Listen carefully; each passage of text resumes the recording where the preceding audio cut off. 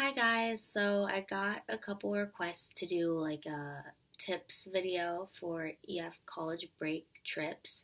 So I've never done anything like that before, but I'm willing to give it a try. I went on the Grand Tour of Europe EF college break tour in May of 2016, and it was about a month, and then I stayed behind and my mom met me up after and we did an extra week in Spain. So first, I guess I'll just kind of tell you like how the whole thing worked.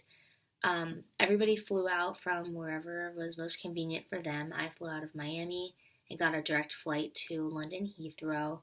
Um, the flight was fine, like everything went well.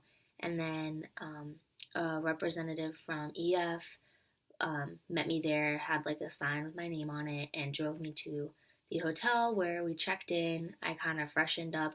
I got there at like 11 in the morning, and I slept fine on the plane, so I was like ready to go. So we were able to stow our luggage in like a back room or something, and then me and like five other people from the trip went out and explored until like 5 o'clock when we had to have the check-in. So at 5 we all like officially checked in. Everybody was there at that point, and then we went on a walking tour with everybody. And we did that.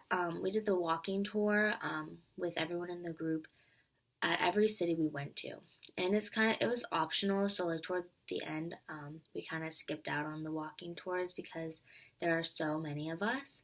And when there's 25 people trying to get in the same subway and like walk the same route, it gets really hectic. And like sometimes people's cards wouldn't work to get in the metro, and it just ended up like taking a lot of time and it got kind of frustrating. So that was like the one kind of downside, I guess, of going with so many people and doing those tours all together is it got like super chaotic. But then sometimes when we were all together, everything was fine. So I guess it just kind of depends. But we went to London. We took the train to Paris on like the third day or something. We went in the morning and it took a couple hours because we had to get there like an hour early. I guess just in a big group, you have to kind of run ahead of schedule in case anything goes wrong. So we were super early to the train station and kind of just waited for like an hour. And then we boarded the train, got to Paris, everything was great. Um, we went to Amsterdam, Frankfurt was next. I'm not gonna go through like every single city because this video would be like an hour long.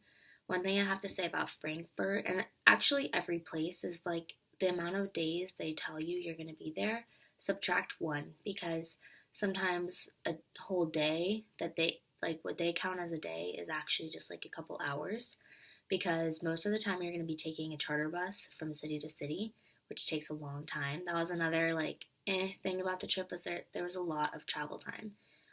Sometimes it worked out great. You just slept because it's an exhausting trip.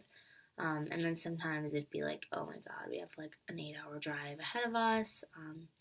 So it's just something that comes along with it, I guess.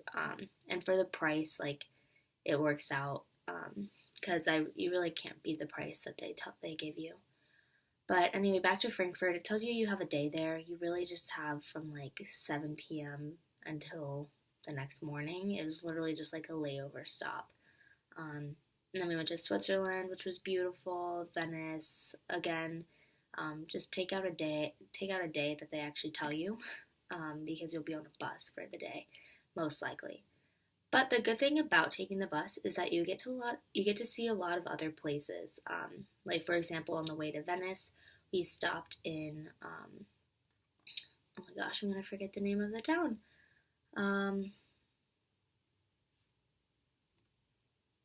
Romeo and Juliet, where that whole thing is. I'm gonna Google it because I cannot think of it.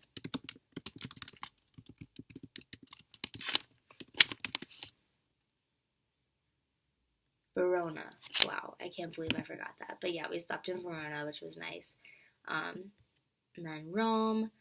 We went to Florence. I did the Cinque Terre excursion, which Cinque Terre has been on my bucket list forever. Of course, the day that we went, it was pouring, and me and one other girl kind of just made the most of it and went hiking anyway, but we both got sick like directly after because it was pouring and it was cold. So make sure you know the weather before you like book, or I guess if you book already, just try to make the most out of it in case it rains. There's nothing you can do.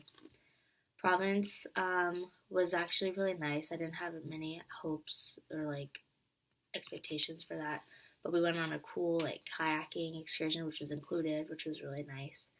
And then we went to Barcelona and Madrid. And the way that the leaving worked, like for flying back home, I of course didn't do that because I stayed after, but I like watched everybody else do it. So everybody woke up at like 5 in the morning and got ready, and a bus took them all to the airport in Madrid. And then you go home, and everything worked out well, as far as I heard. A couple tips that I would have for the trip: bring an umbrella. Number one, bring an umbrella. I brought not even a raincoat. I brought like a weatherproof raincoat. Bring a raincoat. Bring an umbrella. If you're like you're there, I was there for a month. Of course, like it's bound to rain at least once, but it rained a lot when I was there. Actually, Paris, like 2 of the 3 days, it was raining. It didn't really hinder our trip at all. But like, just bring it. You're gonna be a lot happier if you bring one. I made it through Paris without buying one, and then it rained in Amsterdam, and I was like, okay, I'm just buying an umbrella. So I ended up buying an umbrella. Another thing to account for, which I did not know, is so you pay whatever the price that EF tells you is. For me, it was like 4,800 or something, plus all of the excursions I did ended up being like 5,200. Add on top of that, you're expected to tip your EF tour guide like at least 100 euros if you're being cheap. I think they said like, I don't remember exactly, but you're supposed to tip like 15 euros a day or something. They'll tell you. I think I tipped 100, maybe even 90, because by the end of the month I had like not very much money. But anyway, account for that. They also want you to tip your bus driver every day that they when they drive you somewhere, and they also want you to tip your like tour guides. Sometimes they'll hire local tour guides for most of the cities that will take you on a walking tour, and you're expected to tip them as well. I'm pretty cheap, and I tipped them like pretty lowly because I wasn't expecting it. Like, I didn't account for that at all, but that is one thing that they expect you to do is tip pretty much everybody. So I would shell out like 150 euro for that probably. Um, let's see. The trains were the best, obviously, because they're a lot shorter. Drive time is less. Like I said, I expect to be on the bus a lot. I would recommend bringing a pillow, like a neck pillow, to try to sleep on the bus. Somebody even brought a blanket, which actually was probably a really good idea because sometimes the buses were really cold. Bring like Tylenol. Bring so for laundry, I think I was pretty smart. For the laundry, I did it super cheap. I didn't pay to get my laundry done once, and I packed like barely anything. But basically, my like little plan was I would like every time I got to a new city, as soon as I got there, there was kind of like a downtime. Like you get to the hostel or hotel or whatever, and then like in an hour you meet up and you go on your walking tour. So in that hour, I would take like my clothes from the previous city and just wash them in the shower with like shampoo, and it worked fine. And then I'd hang them, and they take like a couple days to dry. So I'd hang them for like the whole time I was in that city, and then they're good to go. So that's what I did. Of course, if you want to use a washer dryer, some hostels have that option, and a lot of people took advantage of it. But like it takes time. So like when you're doing the laundry, you have to sit there while your clothes wash and while they dry, and like it takes a couple hours that you could be exploring the city. So if you want to bring like a travel size thing of Tide, one of the girls did that as well, and it's probably a little bit better than using shampoo. But I would recommend like just doing your own laundry in the shower or something and hanging them, because then you don't have to sit and watch your laundry for like 4 hours. So I recommend doing that. Like I said, raincoat, umbrella. I got sick on the trip. Like I said, after I hiked in like the pouring rain, I ended up getting sick, and I had to buy medicine over there, which ended up being fine. But if you know what you usually take when you get sick, just bring a travel size thing of it, because why not? Like, just in case, especially if you're there for a month and you're really tired, like you're constantly on the go, you might get sick. So like, just bring it just in case. In terms of packing, um, I went where there was like a wide variety of weather. Like, I went to London and Paris where it was chilly, and then I went to Spain where it was actually beautiful, but like sometimes it could get warm. So I pretty much packed half and half. I packed one pair of jeans. I'm not really a jeans person. I think I wore them once. I wore leggings like most of the cold days. And then what's nice about the leggings is like you can wear dresses over them sometimes and like make it kind of cute. So I wore leggings in the cold cities. I brought a pair of um, like Converse shoes. I didn't bring any boots because they take up too much room. Um, I brought like a comfy pair of cute like tennis shoes. I didn't bring sneakers because I wanted to like dress a little cuter. But I brought the Converse, and then I brought a comfy pair of sandals, and they worked fine for me. A lot of people had issues with their feet hurting, and some people ended up buying new shoes. Just bring a pair that you know, like you could feel comfortable walking in all day. Whether it's tennis shoes or sandals, like just bring something comfortable, because it's really going to make a difference on your trip if you're comfortable or not.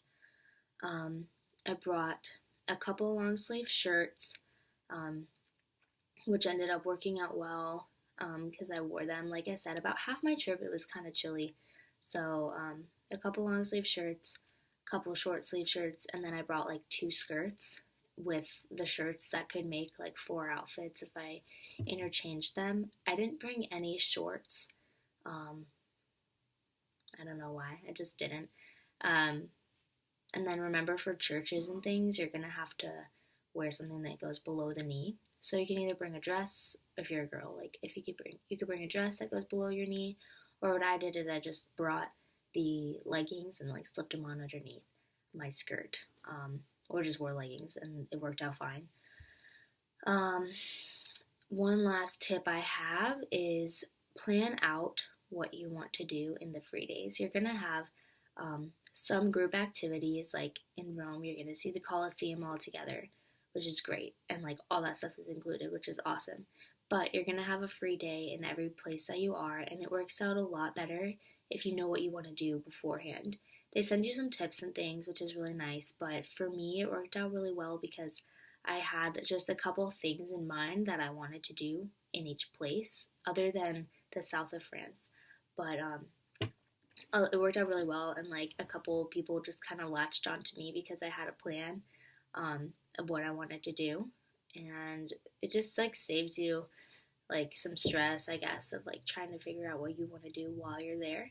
Just have it pre-planned, and I think it'll be good. At least it worked out for me. Um, let's see, last thing. So if you have Sprint, like the cell phone carrier, it's actually free to like get service and data abroad.